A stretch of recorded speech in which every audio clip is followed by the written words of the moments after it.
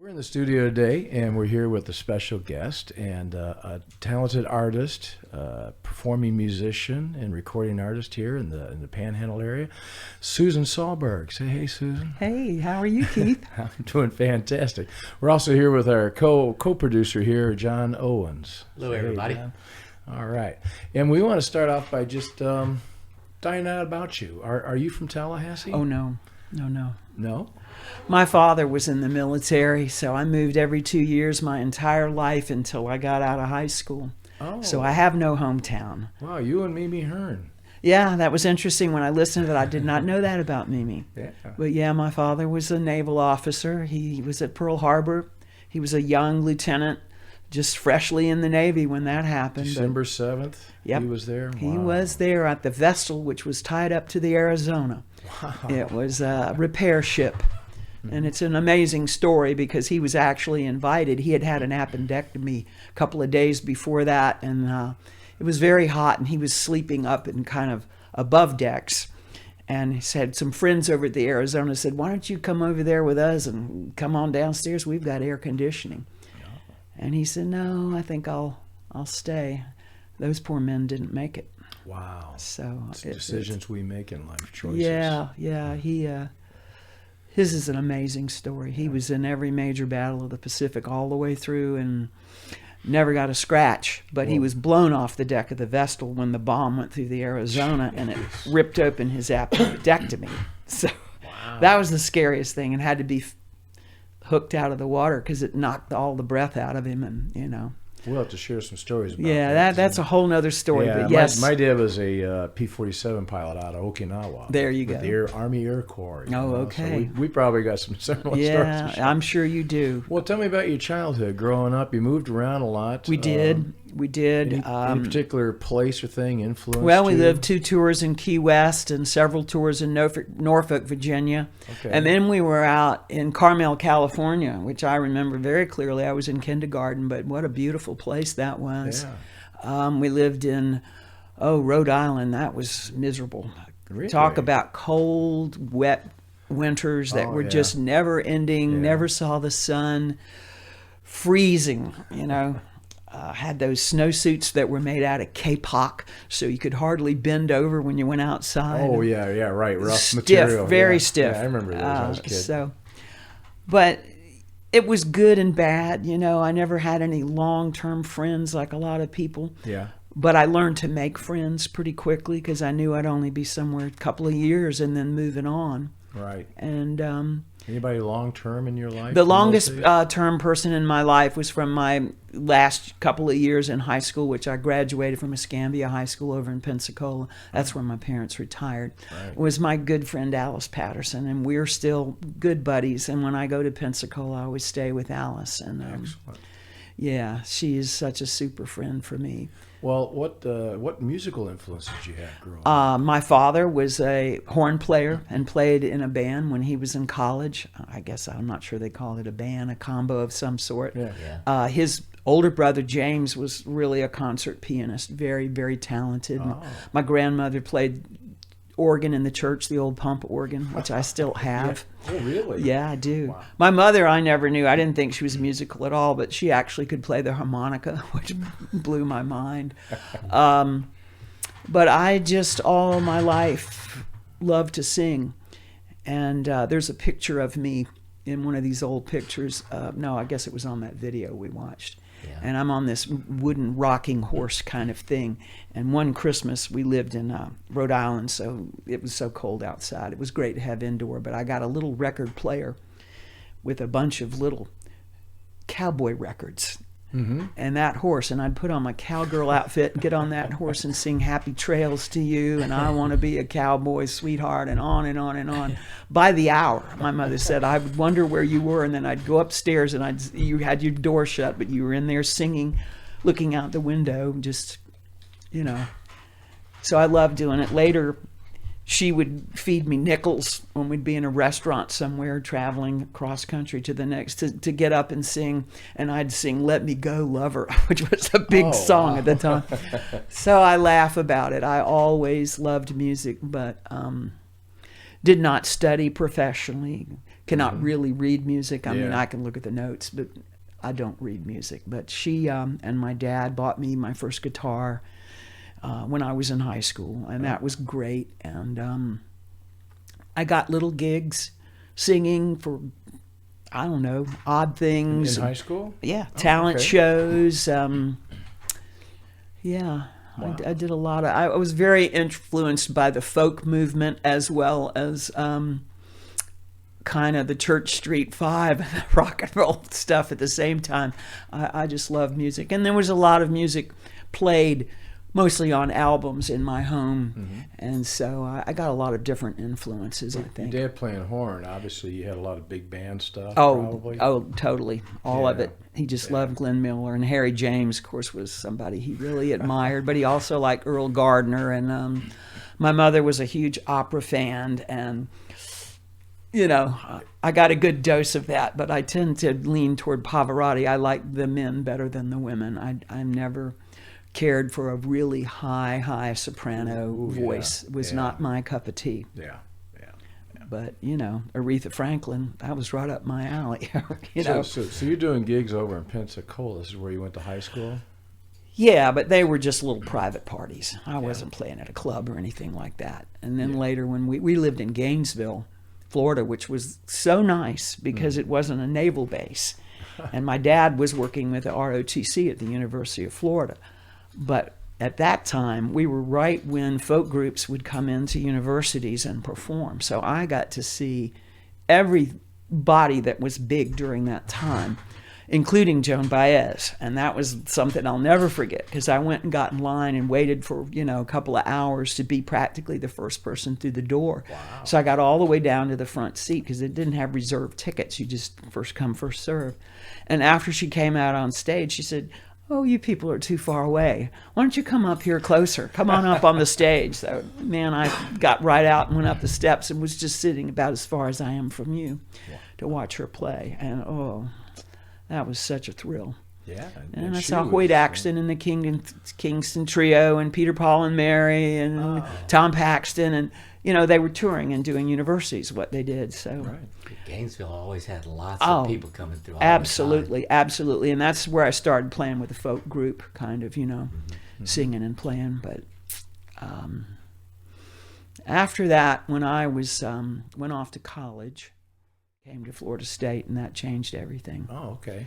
There was a really cool place down below the Episcopal Student Center called the Mazda, of all things, but it was a folky club that they sponsored, so students could go there, and it was a safe environment. You drank coffee, Yeah. but man, I met a lot of wonderful musicians that played down there, and This is in Tallahassee. In now. Tallahassee. Okay, because I'm not familiar with a lot of landmarks. right.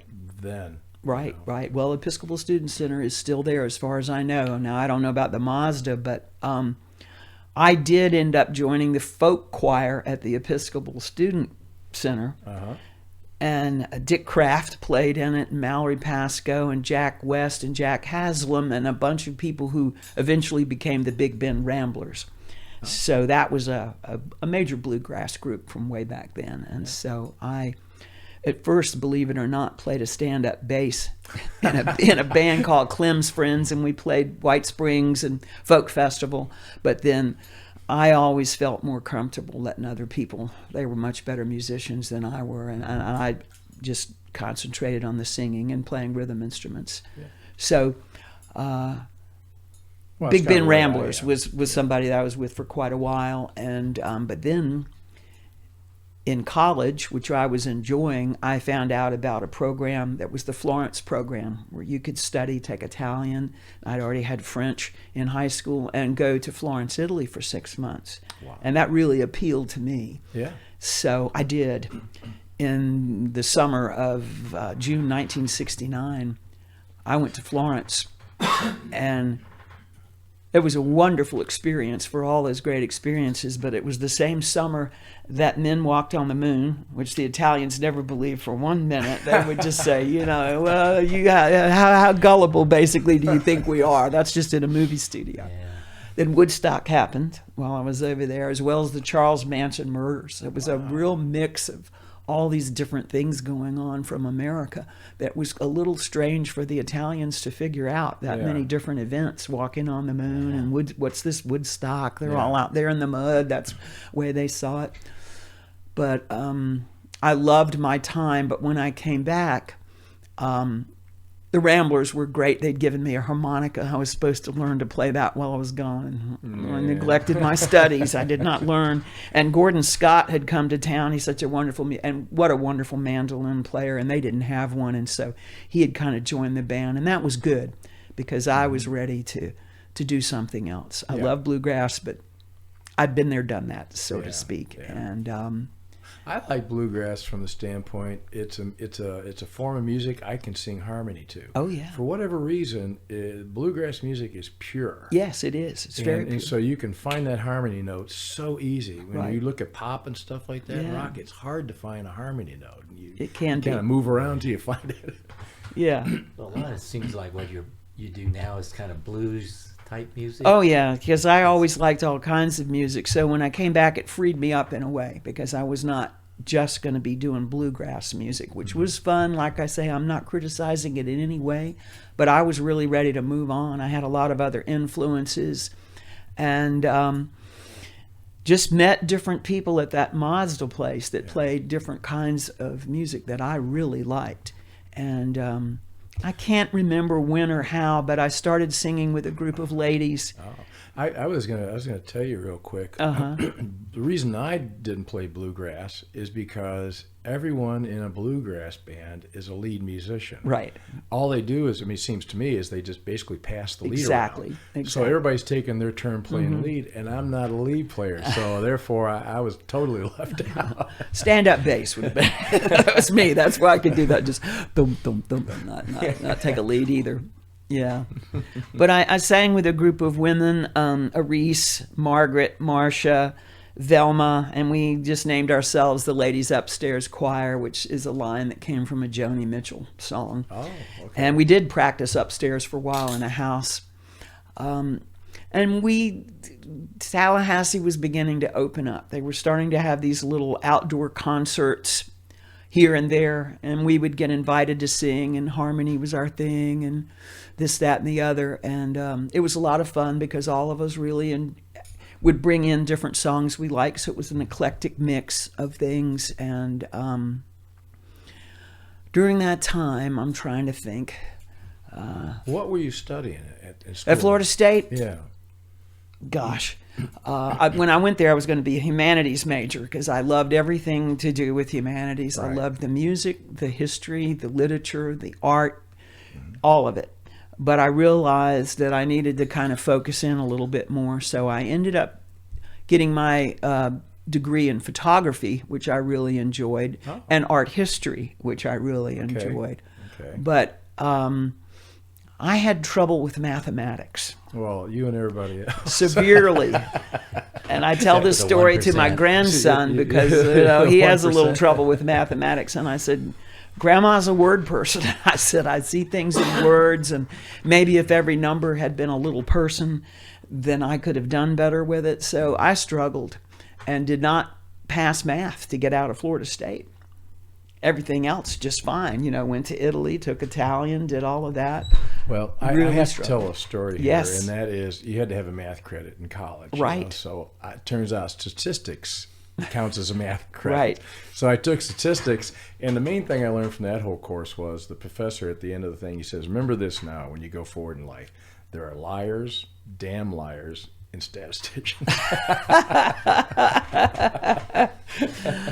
Well, my story has a happy ending eventually, but in between all of that time, I met my husband, Snorri. His name is Walter Solburg, but he was named Snorri from the moment he was born. It's a Norwegian nickname, and it's the name of the first white Norwegian child born in the Americas, way up there in Nova Scotia. Oh, That's a okay. fact. It's Snorri Thorkelson. Yeah. Snorri is also a name of a small boat in Norway. It's a very common name. That was one of the questions I had on my list. Yes. I said, is this your given name? Or No, but he was named after his father, and it's confusing when you have two Walters in the same family.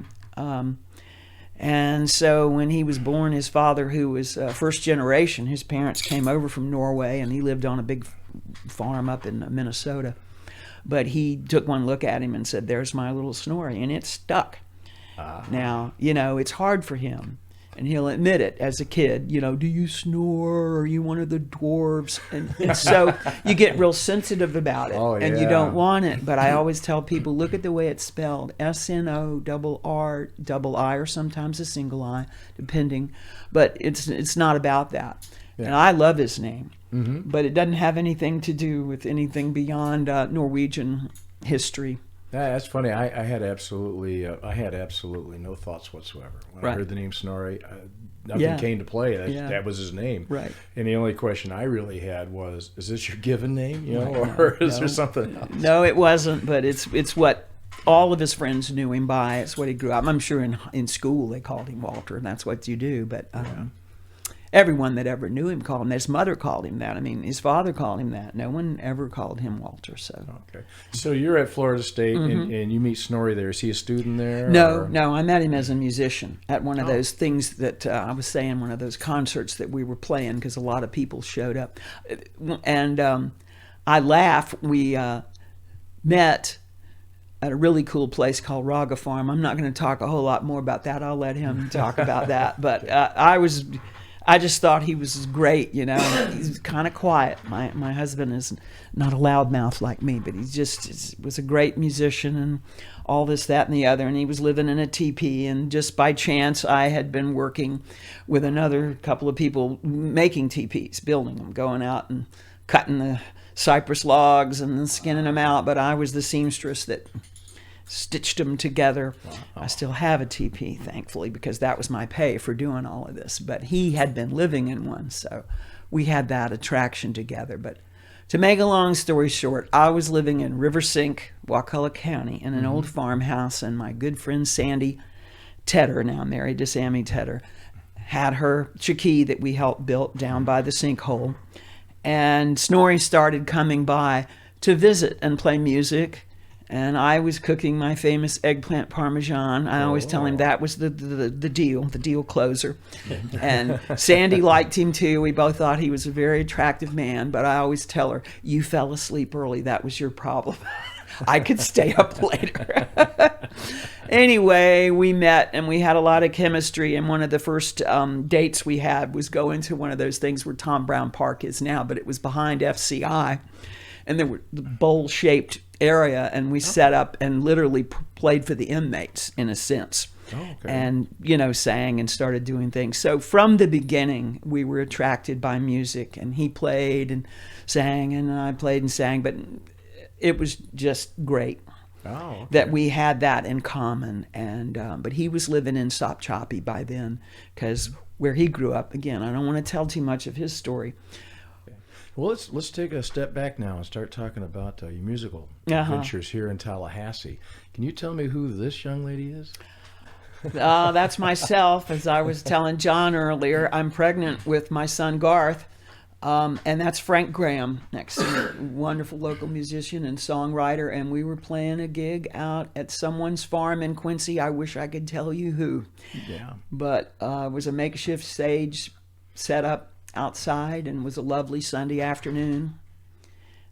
What is the instrument in your hand? I think that I am playing the rub board. I played all kinds of things, like the, so it depends on what we're doing. I'm pretty sure that's what that is. Very cool. Percussion instruments. Oh, I had a ton. I still do. Ooh, these guys. This is a little bit larger group now. The ever-changing group. This is pretty much a lot of the original Wakulla folks. That building behind us was the first studio we built.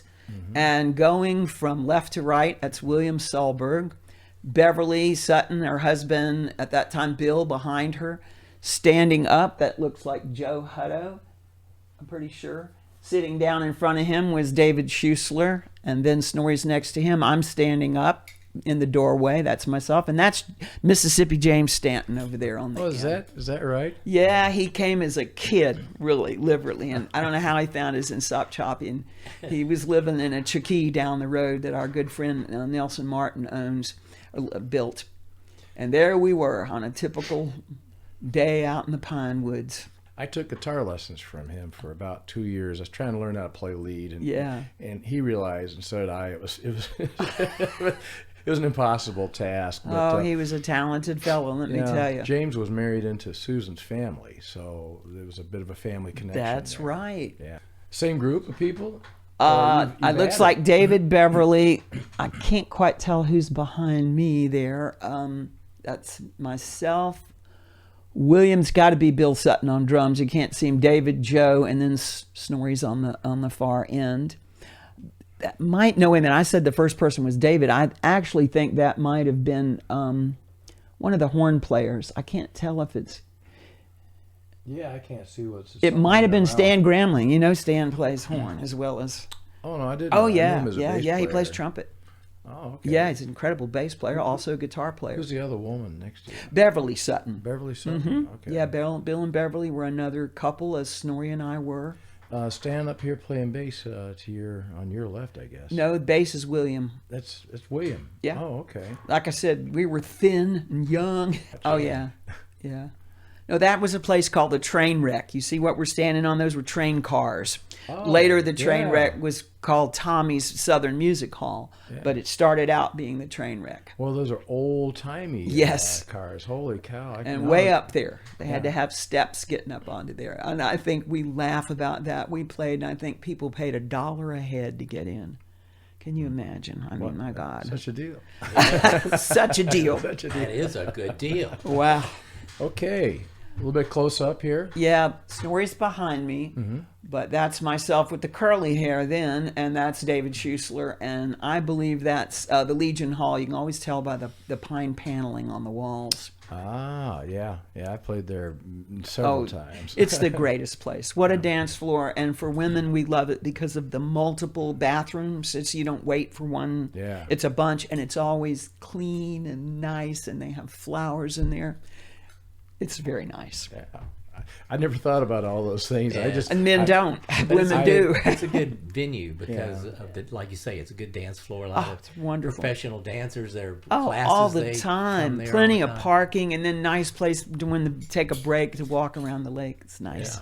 Yeah. I mean, I've always dug playing there. I Because love it. It's a good sized stage. Oh, it's nice. And a huge dance floor, Right. and you can get 200, 300 people Oh, in there yeah. with no problems. Oh yeah. All right, let's take a look at these guys. This is That's- quite a crew. This is quite a crew. Let me see. Joe is in the back. That's Stan Gramling. William. Where are we? Start here. I'm starting left. front Okay. Okay. So Joe, Stan is forward. Back behind him is William, and that looks like a Reese. Then Frank Graham, Magic John Jones, incredible organ player back there. Switching to the other side, I believe that's Marcia Kahn, all the way in the back. That little face, bless her heart. We've lost Marcia recently, yes. And then Welly Metford, he played with us. Ron Kay, drummer, and then James.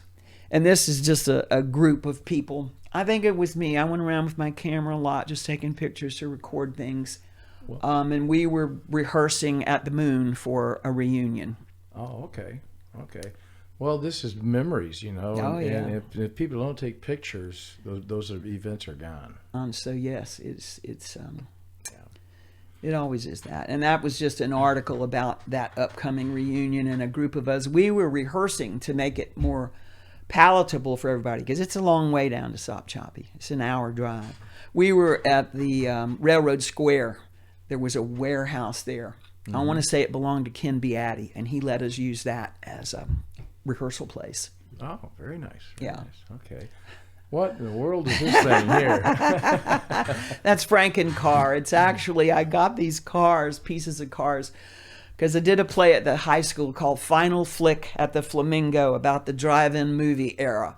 And so in order to get a car on stage, you obviously couldn't get a whole car with a heavy engine and all that. Right. So we went to Freeman Pygott's junkyard, and some students and I pirated as many pieces as we could and put them together. We called that Franken car, but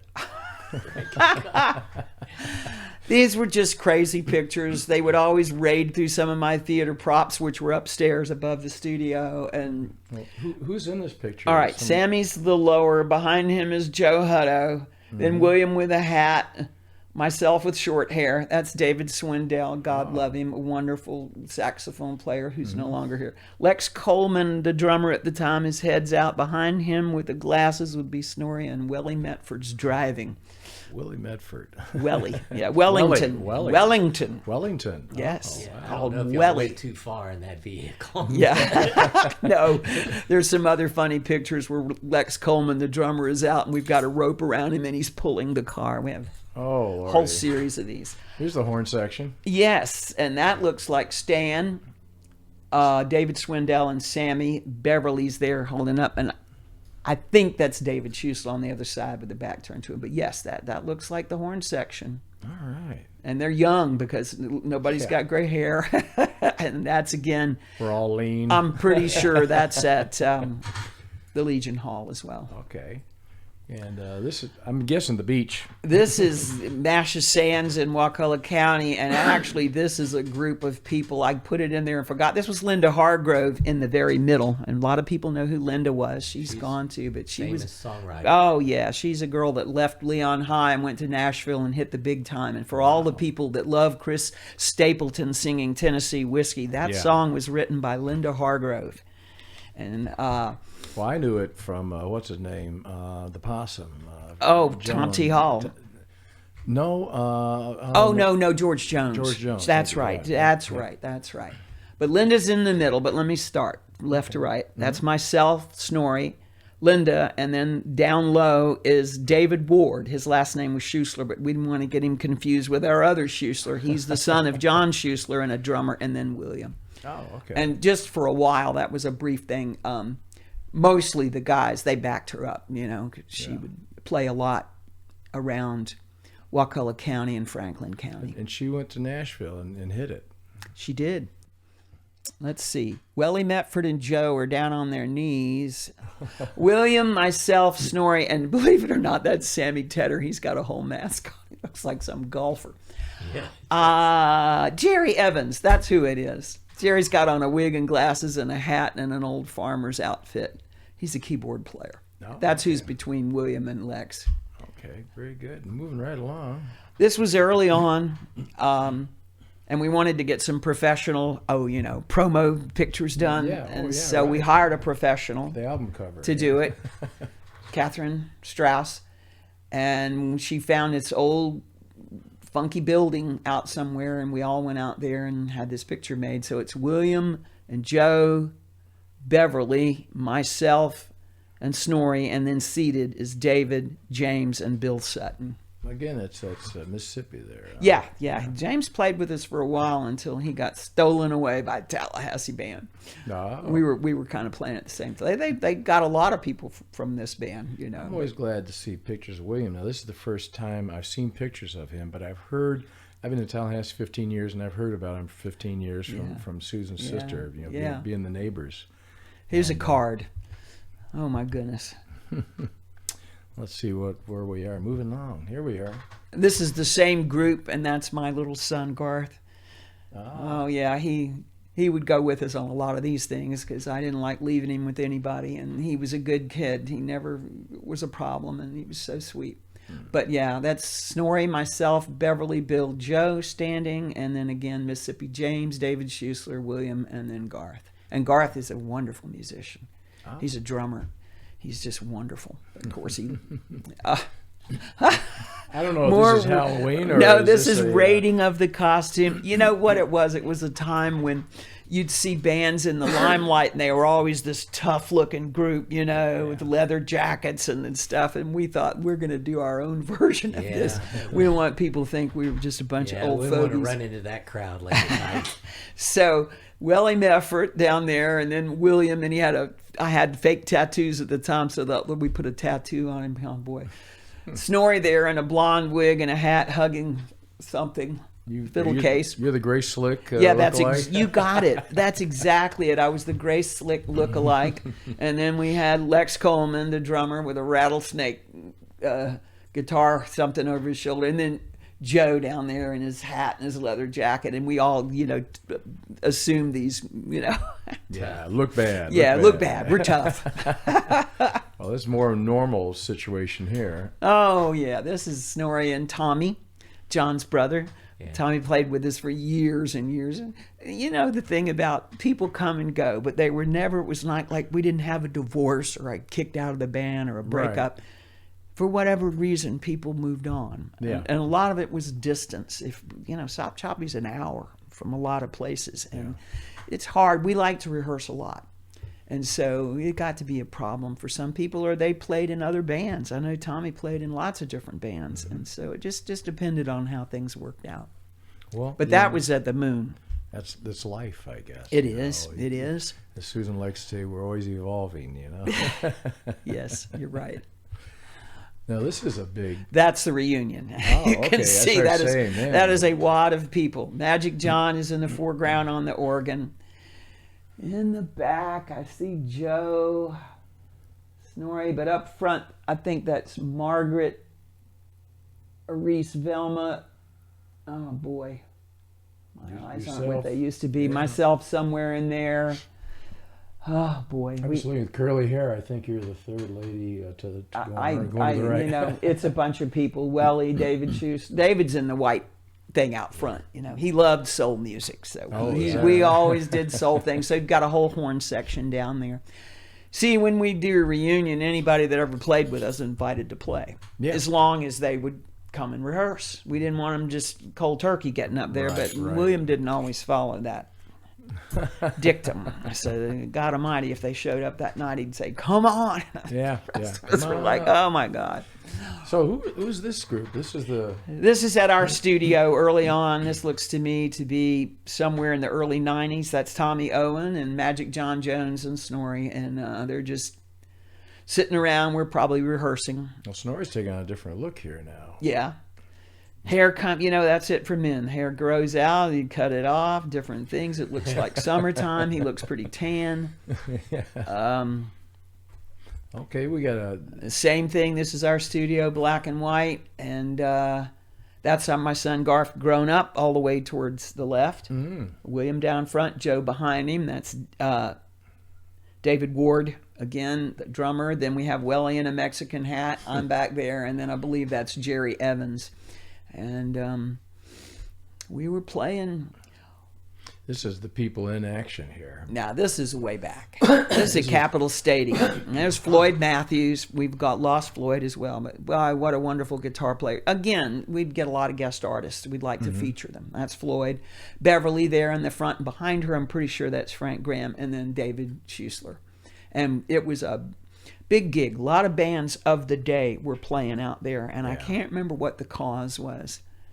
It was something. Yeah. We played so many benefits, I can't even tell you. You know. Well, this is a posed group. That's in front of the studio, and again, let's see. Jerry Evans is standing, Joe's below him. Sammy Tedder, I'm below. Snorri in the middle, Welly, William, and Ron Kay. So you had a stable of people. The stable was always Snorri, William, and I. And Ron played with us quite a bit, but other drummers did too that we don't have pictures of. You know, Jeff James played with us, and Eddie Bradley played with us a lot. And Lex Coleman, as we saw, it just goes on and on. That's why I sent a list. I had to really brainstorm. Oh, is that right? Yeah. I had to brainstorm. On the end, we're gonna have credits like Star Wars. With And the I roll wish across. that I had pictures. I really looked, but sometimes we didn't, and I'm sad about that. Well, yeah, it's unfortunate. I do events too, and I think to myself, God, you know, and I usually video the performances. You know? Wow. And sometimes I don't. Like Friday night, I didn't video it, and that was the one I should never have missed. Right. We did our first set was 2 hours, and I think Wow.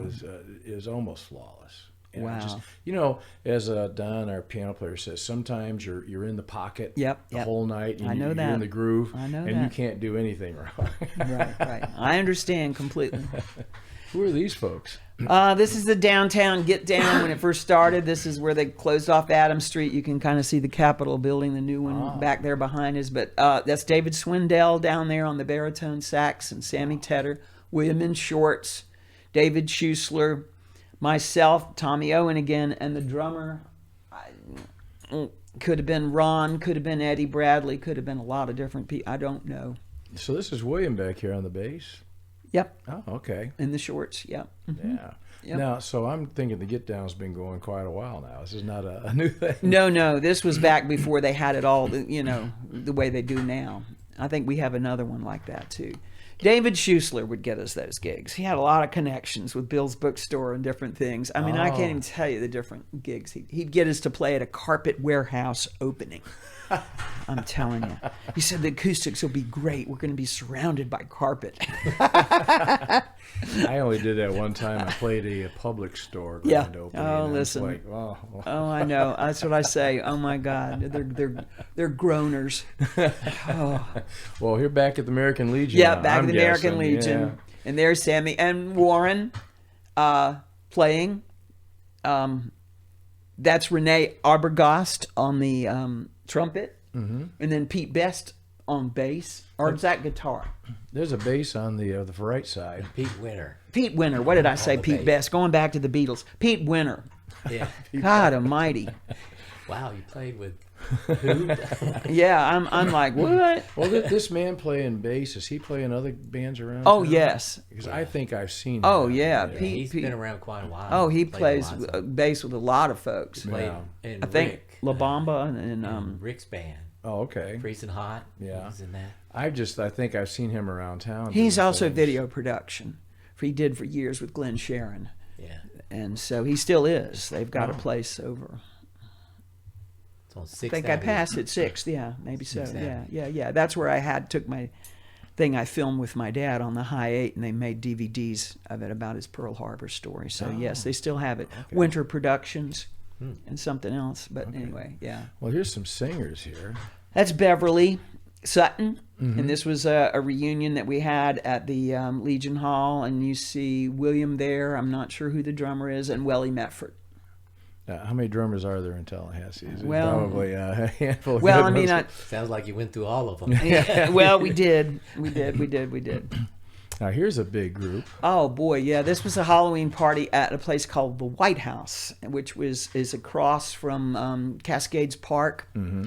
A lot of these guys that were in high school bands played there in the early days. But wow, what a group! Let me try to do the background. Welly, David Swindell, Sammy, Margaret, Tommy in that wonderful lavender wig, John Schusler, Richard Beavis, and Snorri. Then down in the front row, left to right, was Ron Kay. No, that was me on the back row. That's Margaret in front of me, I think. And then Ray Brooks down sitting on the floor. Harry Snowden, Joe Hutto, and Renee Abergast. Wow. Is this the Ask party? me if it was loud on stage. Yeah.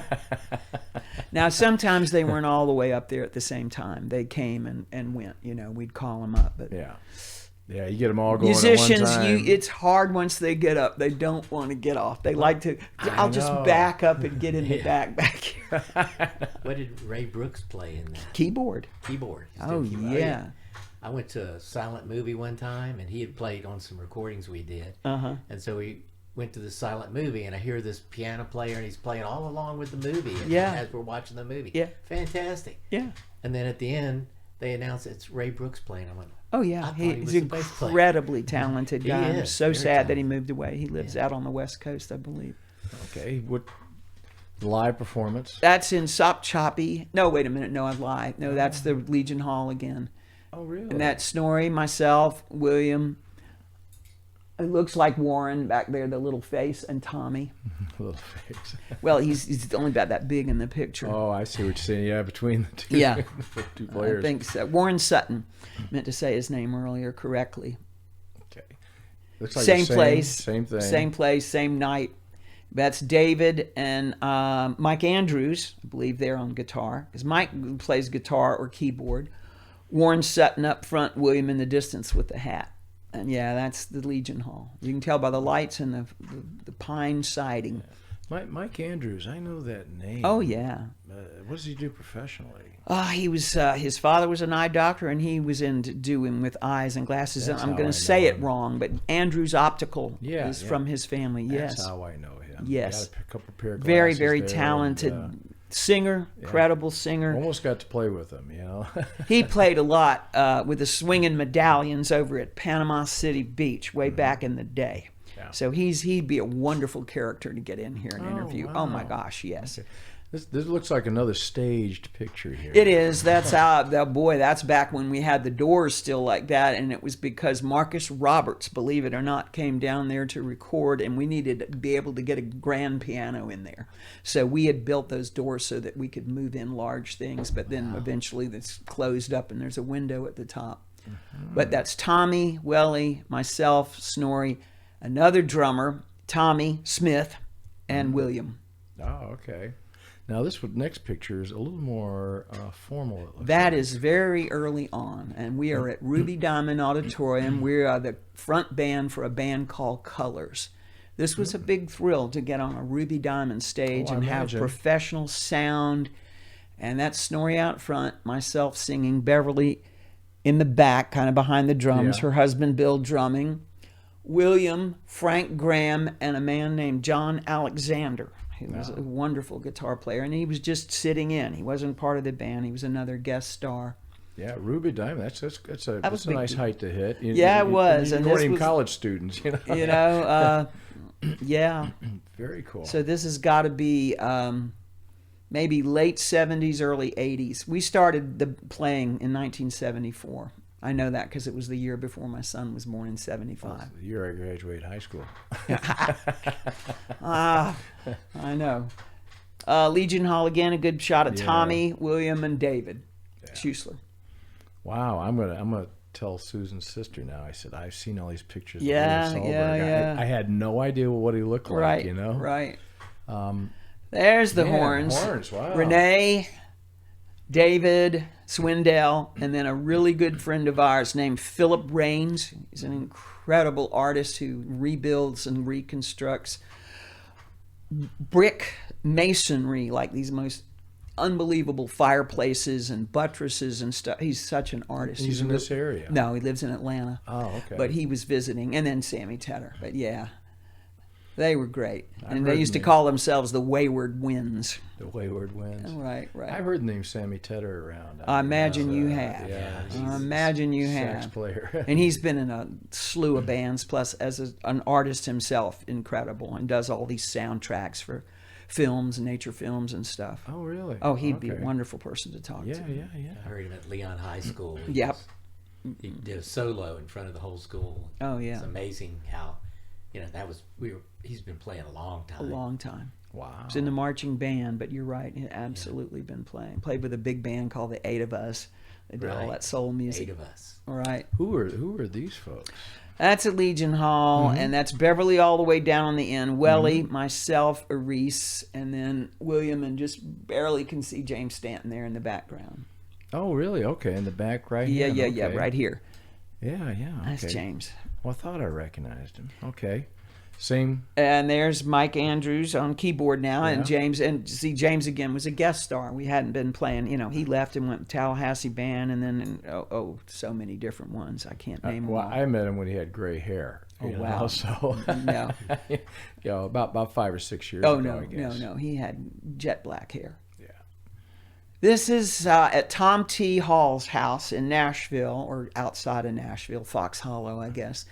And this is another story. We're kind of getting the cart before the horse, but these guys had all backed him up on an album that he made in Sop Choppy, and he invited them up he was getting inducted into the Songwriters Hall of Fame Yeah. at the Ryman. And so they went up there. I never got to go on these journeys because I I had a kid to watch, but I was always too busy. But that's Snorri, Sammy, Jerry Evans, incredible keyboard player, Tom T. Hall, Joe Hutto, and William. Yeah. Well, I grew up listening to Tom T. Hall. Oh, yeah. I mean, Yeah, goodness me. Wonderful storyteller, just like they say. And he recorded an album there in Sop Choppy. Here's a short story. I'm going to try to keep it short because I know you guys are limited on time. Tom T. Hall and his wife Dixie, love Dixie, bought a property at St. George Island, which was where Snorri and William were building houses. I mean, the day gig, music was never supporting Right. anybody. The Brits but say a proper job. Right. They were busy building big houses and commuting that hour from Sop Choppy to St. George Island. And many people would buy something and then want renovations, not necessarily a house from the ground up. So William and crew Solburg Construction, whatever you want to call it, were asked to come over and look at this house. And Dixie wanted to make some changes, make the kitchen bigger, different things. And they got the job. And one of the things, they knew who Tom T. Hall was, but they also knew you don't bug famous people by starting right in on them and being a sycophant kind of situation. You just do your work and you have a little chit chat. And Tom's a very private guy. And a lot of times he wasn't around. But eventually, as they were there, weeks and months or whatever, they got to talking. And it comes out, they said, oh yeah, we play a little music. We've got a studio in Shop Choppy. Well, this piqued Tom's interest because he kind of was at a low point in his career where he, felt like all the young people were pushing out the old. They didn't like that music anymore. It was all, whole different deal. But he continued, had, wanted to write songs. But he decided one night that he wanted to come to Shop Choppy to see the studio and play a little music with the boys. So he came by himself. Dixie was out of town. That's what it was. She was back in Nashville. So he drove, found the place. And on the way there, he had written a song, Lost in Florida, and different things. And he just was full of creativity when he came in the door. And he loved the group, found out, wow, they really can play music. They're not just, they can pick things up pretty quickly. And so they had a wonderful time. And Tom got very inspired and started writing songs again and started coming every week with a new song, and they'd learn them. And eventually, after he had enough, he wanted to record a new album, call it Songs from Shop Choppy. Well, his producer wanted him with Mercury Records to come back to Nashville, and he said, no, I want to record it right here. And I want these guys to play on it. Well, because of a lot of things, union and this, that, and the other, they came down. His producer came and he brought some studio musicians with him, which we all loved and really, got along with well. And they began recording the songs, and we brought in a professional engineer, Jack Groschmal from Nashville. We had really had to get on the stick, though. We had to do a lot of work to turn the studio into a recording studio. Right. Because we'd just kind of been in one big room, and it used to be a pole barn. So that kicked us in the butt to get that done. A lot of acoustic issues. A lot of things. We built a whole engineering room and all these sound, it was, a big deal. So it was good. But we laughed because Miss Dixie by then was coming all the time, and she was great. But she went into where the kitchen area was and was looking around and said, where's the bathroom? And the guy said, outside. See what I'd been putting up with. I was the only girl. And she said, outside? Well, I was so thrilled because I'd been asking one forever. And so they added that to the plans to put in a bathroom, just the one. But what was so funny is when it was finished, Dixie brought in a ladies' sign and put it on the door, and the door that went to the outside says men.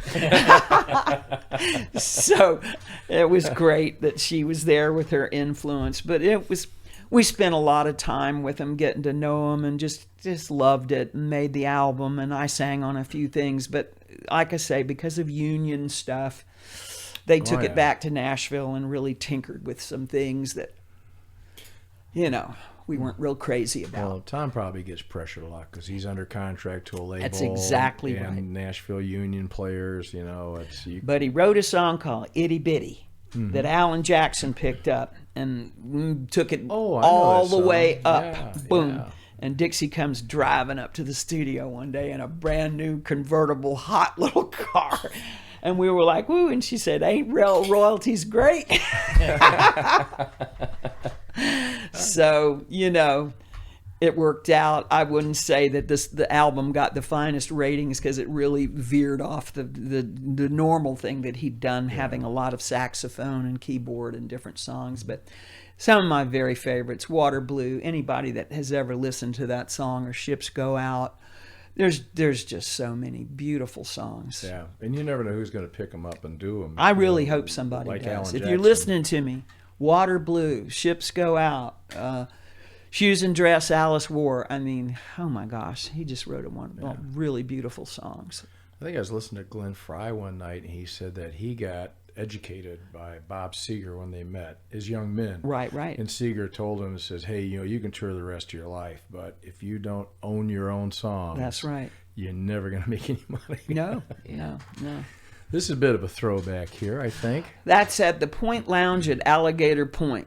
Oh, I know that. Yeah, it's gone. It burned to the ground. Sadly, that ended that. But all the way, and you see him in shorts. This is on a Sunday afternoon. Yeah, I was telling John, that was a hard gig. We played Friday night, Saturday night, and Sunday middle of the day. Oh, wow. My throat would never been back in shape. Yeah. So that Sammy behind him looks like William. He's looking out the window. Myself, David Schusler, Snorri, Tommy.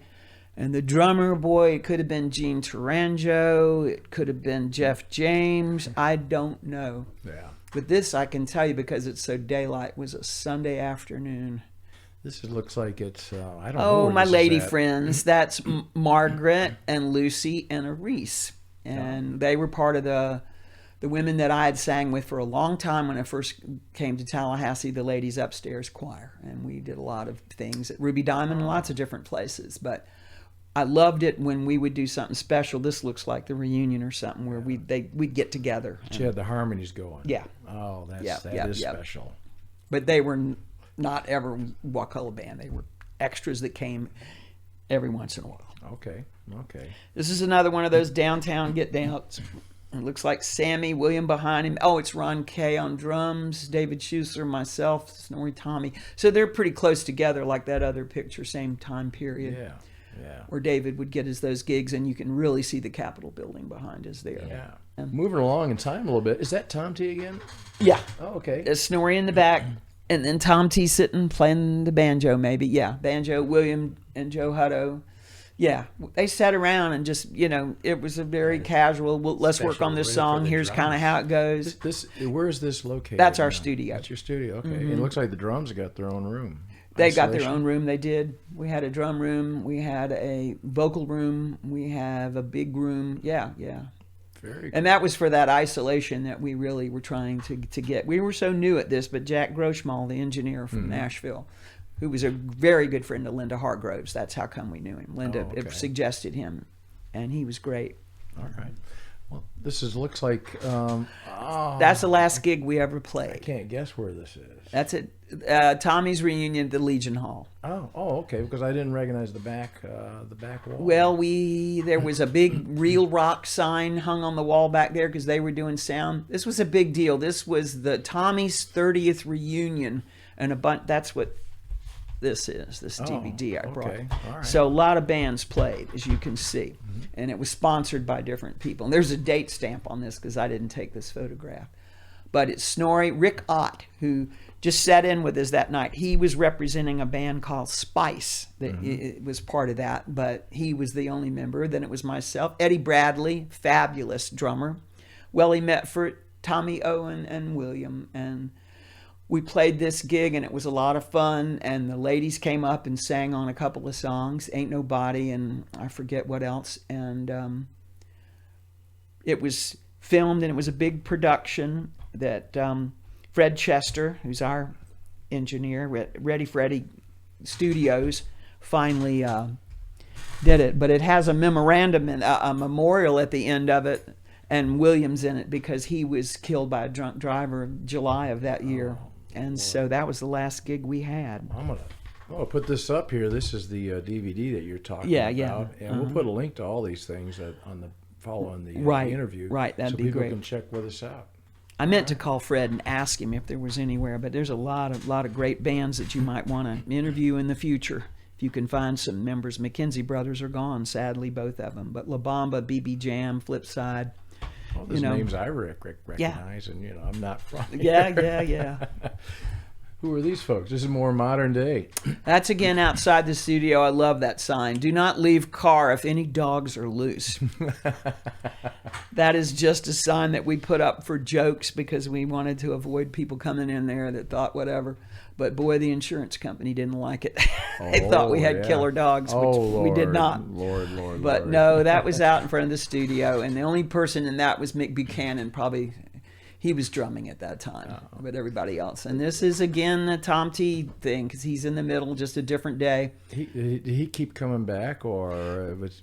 I can't tell you how long it took for him to finish writing the songs and actually do the recording. If I'd have brought that with me, that whatever, but I didn't think about it. I just know that it was somewhere around 94, 95, 96. This is what was going on. Oh, okay. Because the same night that I got home, I'd been away at Districts with my theater kids, and Snorri was so excited because Tom T had come to the studio and they'd played. My kids went to Pensacola to Districts Theater, and they won Best Play, Best Actor, Best Set, the whole 9 yards for a beautiful, haunting play called A Piece of My Heart about the Vietnam War. Oh. And I was on cloud nine, too, for them. So...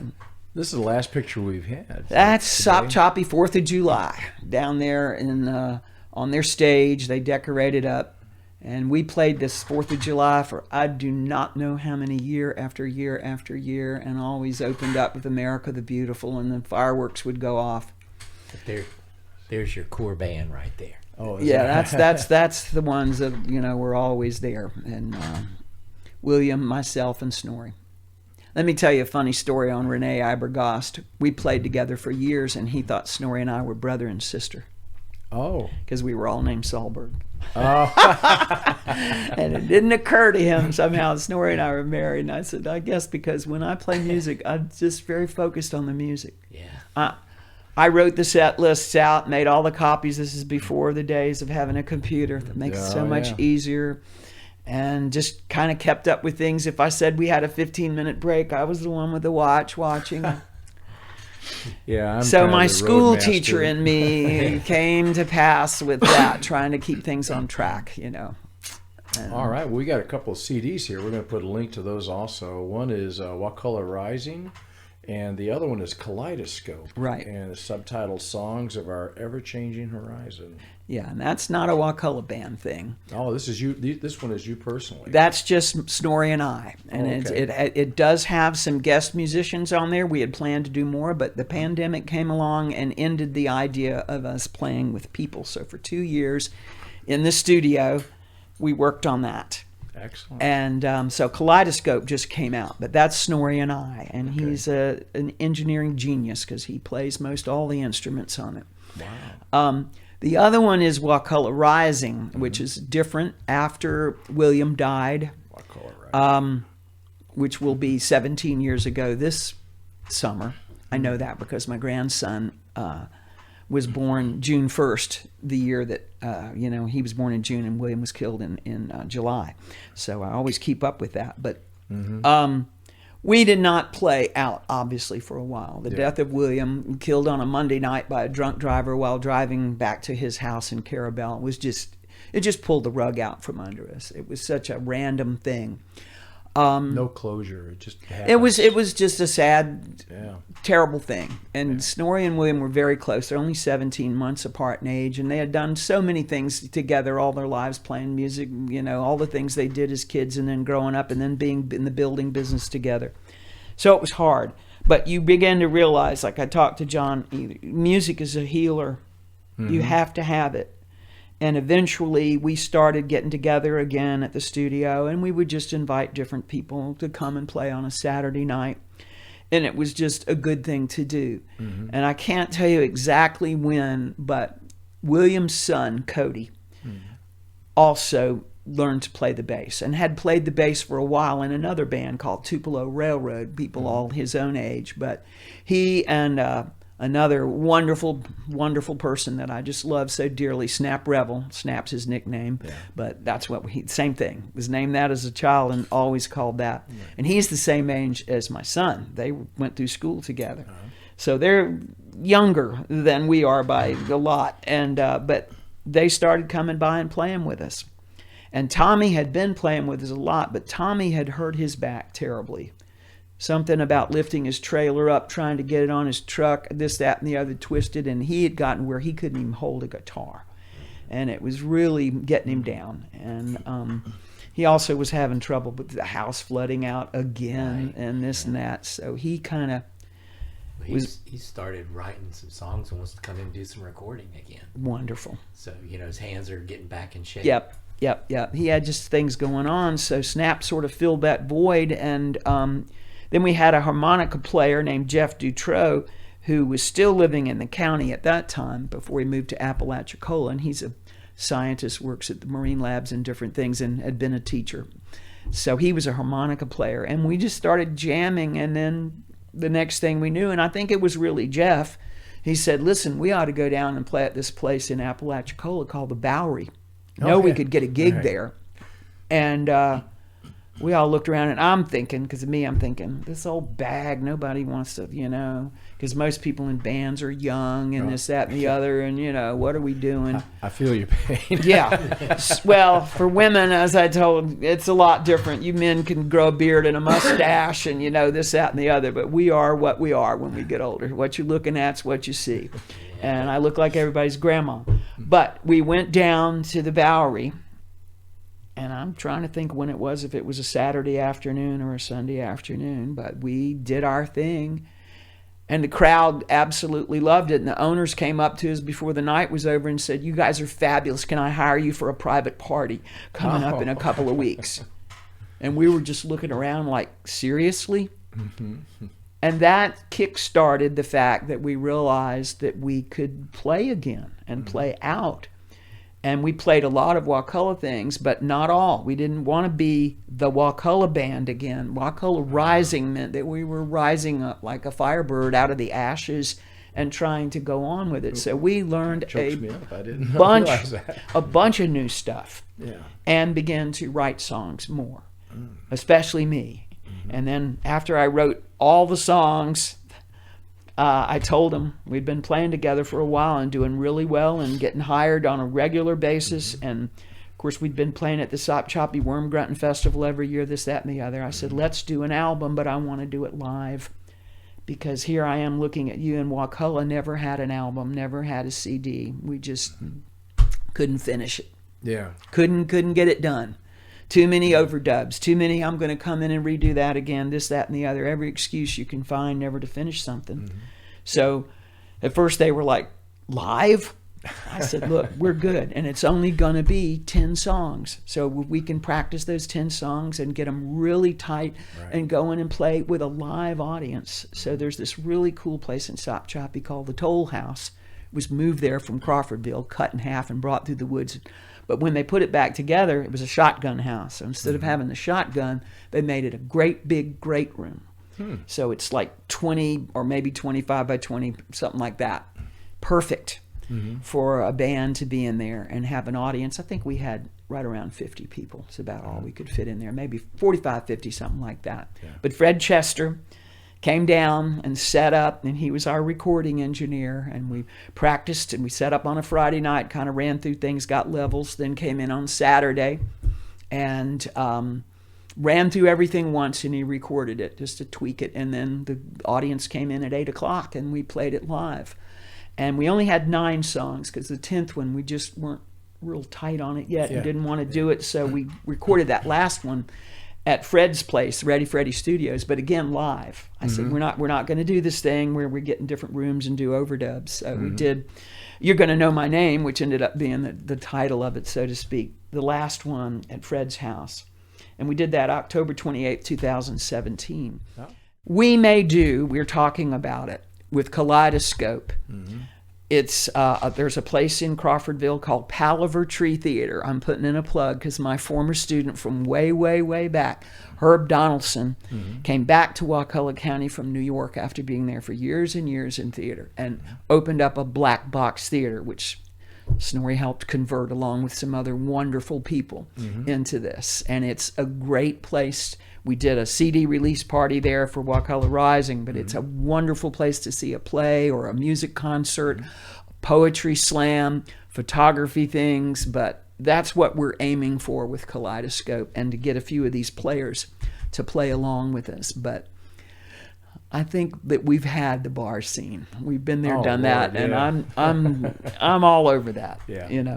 That's not happening anymore. It was a lot of fun. Really loved it. And Apalachicola, put a plug in for them. They are a great music town. Yeah. They really respond. What's the name of the theater again? Palaver Tree Theater. Palaver Tree Theater. Okay, Right. so we'll tell people. Some to people keep their eyes pronounce that open. palaver Palaver. because it was a tree in custom, especially in Africa, where people would sit around and tell stories under the palaver or palaver tree.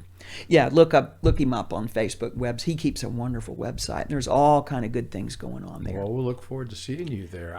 I'll come down for that. Wonderful. I hope you do. I hope you do. All right. And thank you so much for, and I hope that Snorri can talk to you about different aspects of it, because, he knows a lot more about the intricacies of the band and the players than I And do. we're looking forward to that. Oh, that'd be great. And thank you, John, for reaching out. Sure. I really We appreciate appreciate you coming in. it.